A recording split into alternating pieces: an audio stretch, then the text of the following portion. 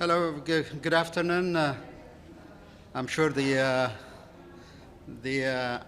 Arabic language media will be more interested in this press briefing. And again, thank you very much. I have here with me Dr. Salashi Bakala, Minister of Water, Irrigation, and Energy of Ethiopia.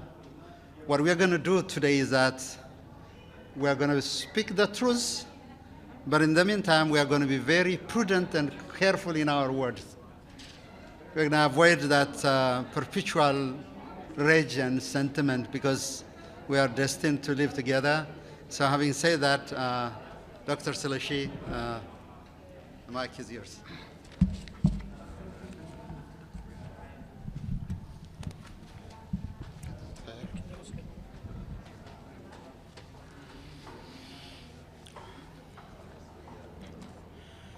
Thank you all very much for your interest.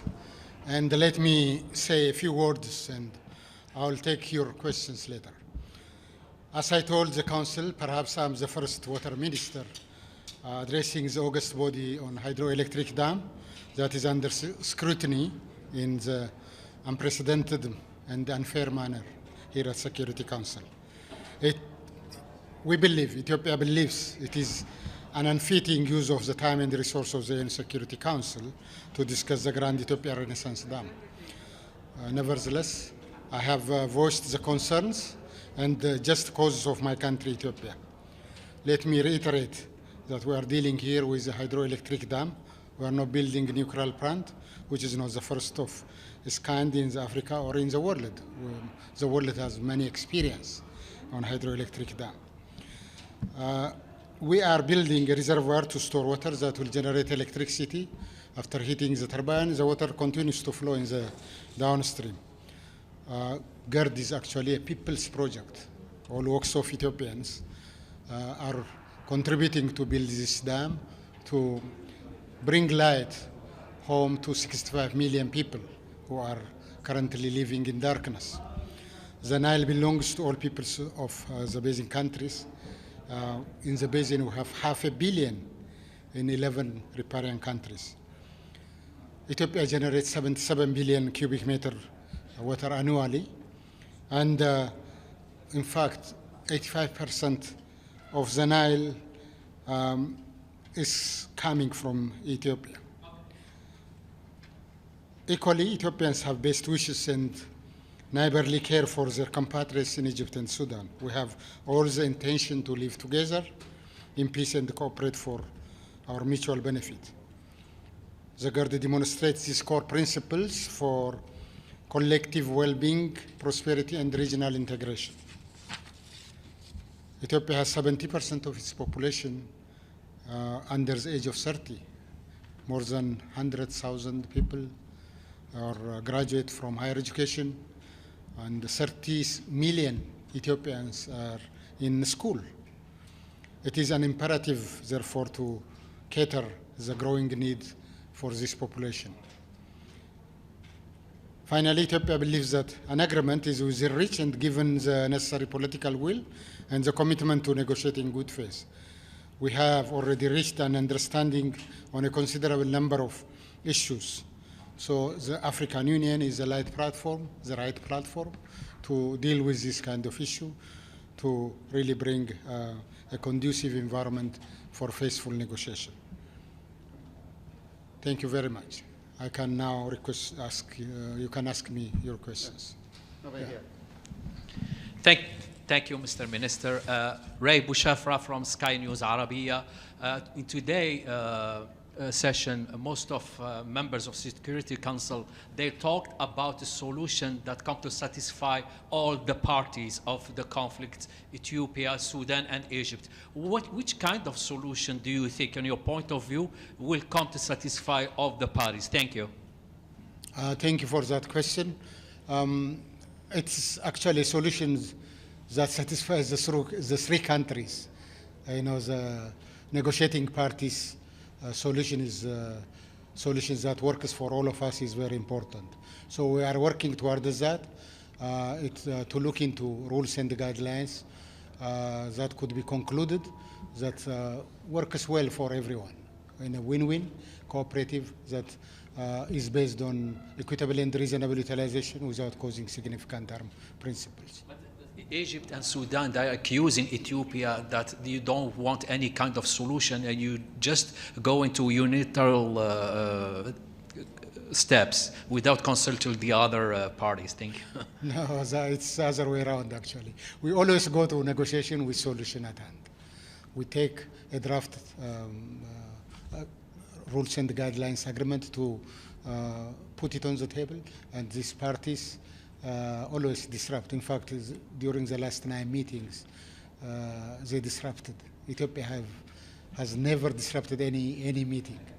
Wanted always to continuously engage and solve.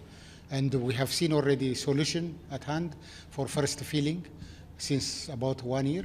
But the parties didn't want to conclude that first filling agreement. It would give us more time actually to negotiate the more complex issues of comprehensive agreement. Mr. Minister, Ethiopia said in different statements of Ethiopian officials that this is a matter of sovereignty and that you also have more plans for more dams on the river in the future. Are you still considering this matter as a sovereignty matter to Ethiopia and nothing else? And what about the future plans on other dams? Well, Ethiopia has future needs, current needs and future needs. Currently, as you know, 65 million people are without electricity, but if you go further downstream, 100% access to electricity. Hydropower is one of the solutions. If you take drinking water, about 25 million people are without access to clean water in Ethiopia. We have to drink water. We have to treat and then provide solution for our people. So that is what it implies. We have to establish secured food production. We cannot continue to migrate everywhere in the world. We have to really produce adequate food, supply adequate water, supply electricity, and create jobs. As I indicated, 70% of 150 million are under 30 years. These people should have a future. We have to establish that future. Yes. Mr. Minister, James Bays from Al Jazeera.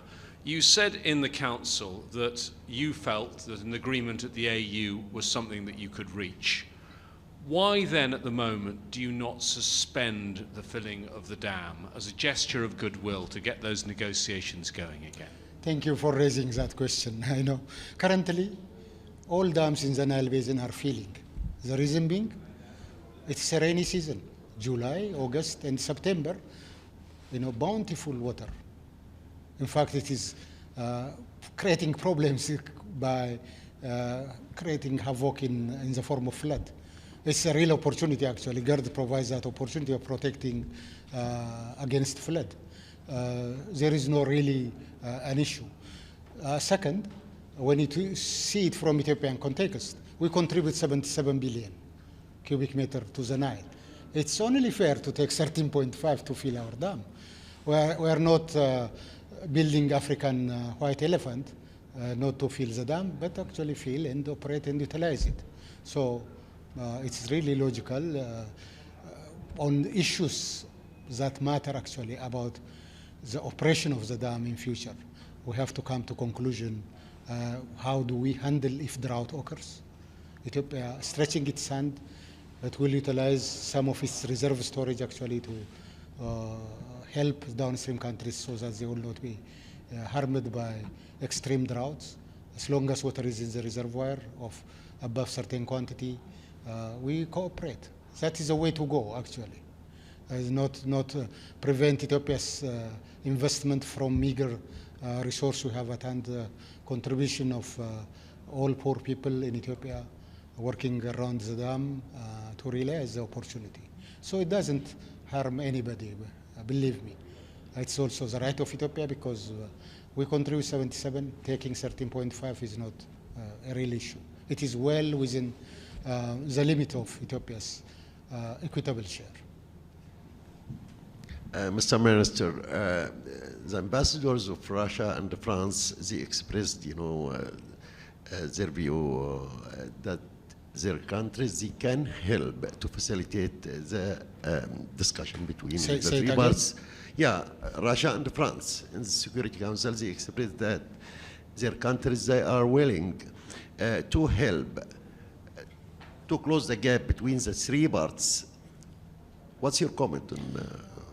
We don't have problem. Anybody can come with solution and advise any country, individually or collectively. We don't have with this kind of support coming from our partners.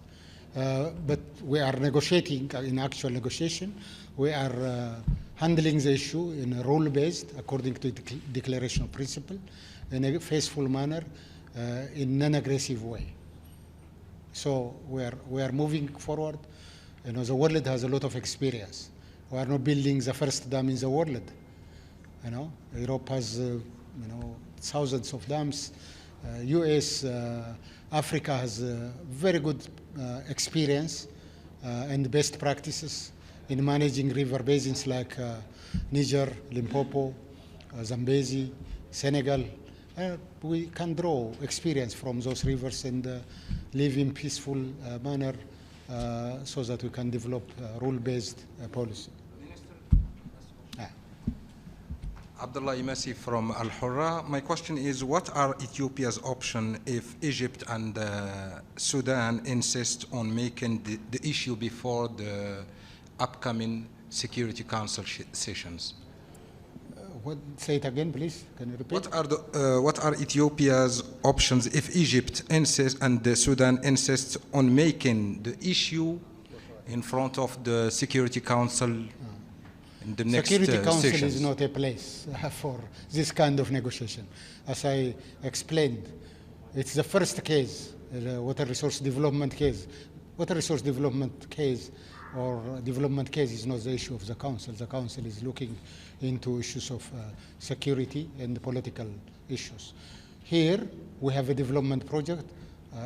Most of the Council members actually emphasize that we go back to African Union, lead negotiation, conclude result on faithful negotiation. Are you still willing to work? Are you still willing to collaborate with the African Union? Absolutely, we are working on that. We have never boycotted the African Union meeting. All right, thank you very much. Thank you. Appreciate that. Thank you.